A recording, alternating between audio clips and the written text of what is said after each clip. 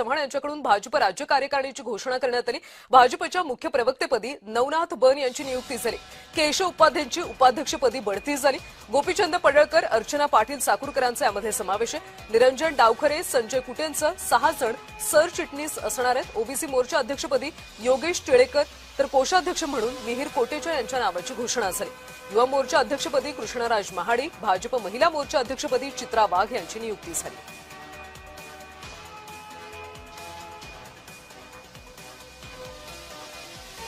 सरचिटणीस म्हणून निरंजन डावखरेजी, योगेश सागर, संजय कुटे, श्रीमती माधवी नाईक, श्री राजेश पांडे, श्री सुनील राणे या 6 जणांची सरचिटणीस म्हणून नेमणूक करण्यात येते।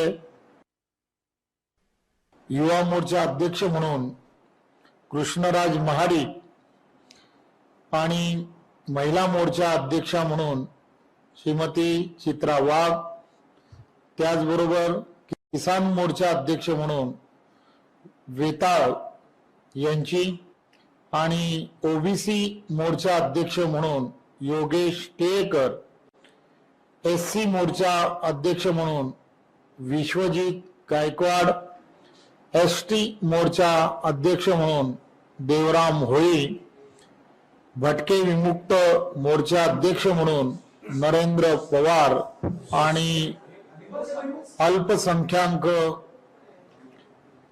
मोर्चा अध्यक्ष म्हणून इद्रिस मुल्तानी, मुख्य प्रवक्ता म्हणून नवनाथ बन यांचीही नेमणूक करण्यात येते।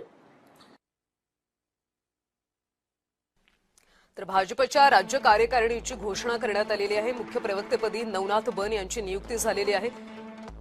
अनेक नियुक्त्या यावेळी रवींद्र चव्हाण यांनी जाहीर केल्या।